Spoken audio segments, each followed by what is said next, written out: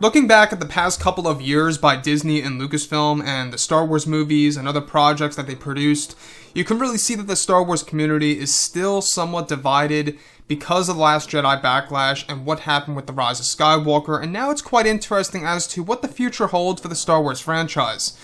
This is Mike Zero. Make sure to subscribe if you are new to the channel for future Star Wars content. Now, one thing about Star Wars is that we do know that beyond Episode 9, we also know that they are developing their new Star Wars universe, their new trilogy, new Star Wars TV shows in the forms of live action and animated material. It is pretty exciting to say the least, because the reason as to why I'm more hopeful now is because Kathleen Kennedy will no longer be able to touch on these movies on a creative level. So that's one way to look at it. That really is a light at the end of the tunnel, at least in my point of view here. In my opinion, I think that we're going to have new tones for these Star Wars movies, for these new Star Wars TV shows, and new projects that come in the near future. So yes, I'm still very excited about these new Star Wars movies and what's to come on Disney+. Now, with that being said, moving past that, I think that when we look at this new Star Wars trilogy, these 3 new Star Wars movies that are scheduled throughout this entire decade by Disney, is that they really want to give us a different take on Star Wars. Basically, what they want to do is they want to evolve the Star Wars franchise into something new that the fans have never seen before on the big screen. And that's one way to look at it, right?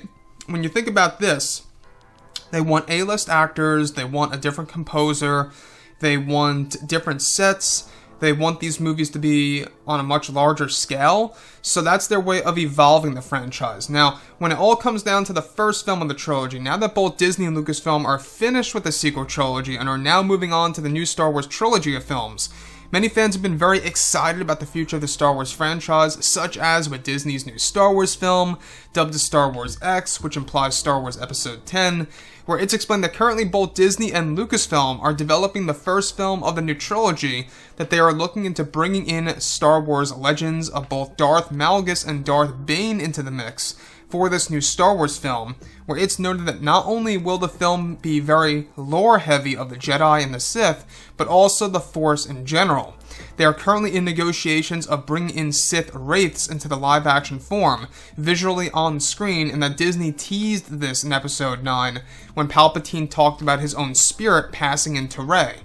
Now, it's explained that they are currently actually making a plan to go back to the world of Coruscant and to bring back the iconic Jedi Temple seen in the prequel trilogy era of films, and that they are looking to exploring the very depths of the Jedi Temple on Coruscant and what lies beneath it all to dive more so into the Jedi lore and material for the new Star Wars fans to come.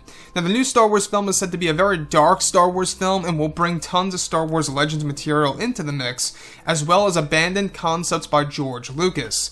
Kevin Feige is said to still be in the talks with Keanu Reeves about the new Star Wars film, as well as with Anthony Hopkins to portray a major villain in the new Star Wars mythology for the Star Wars community.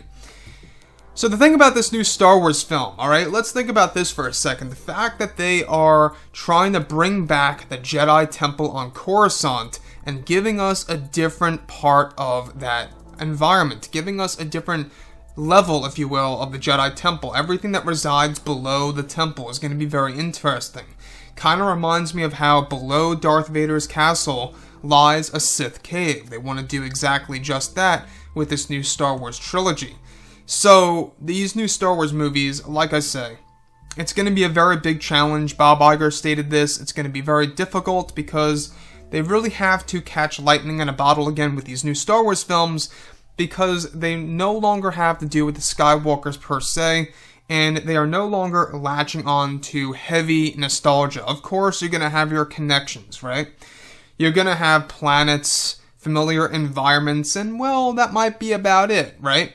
Of course, you're going to have Jedi and stuff around those lines, but these are going to be brand new characters. It's going to have a different feel to it all. You know, if you look at the prequels and the originals, you understand what I'm talking about, how it has like that different feel, that different tone, like the way the dialogue is, the way the actual cinematography is, the camera angles, the fighting styles, all these different things, right?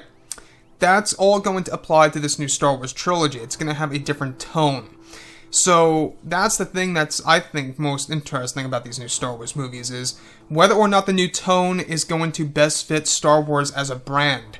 And I think that's going to be a very tough thing for them to pull off. Do I think that it's possible? Absolutely, with the right writers on board and the right directors and creatives that can come up with these concepts. I think it's perfectly possible to the point where it can be nearly flawless. Now, yes, not any film is flawless. I'm just saying it could very well be near flawless if they have a lot of creatives on board that know exactly what they're doing and are true Star Wars fans. That's the way to do it. Just how Jon Favreau is a major Star Wars fan. How Dave Filoni is a major Star Wars fan. That's why Rebels, The Clone Wars, and The Mandalorian is so rich in material, even though they are not movies. So with that being said, guys, drop a comment below. Let me know what you think about all this in the comments. And if you guys did enjoy the content for today, do make sure to drop a thumbs up on this video to support the channel. I thank you all so very much for the kind support, and I'll catch you guys next time.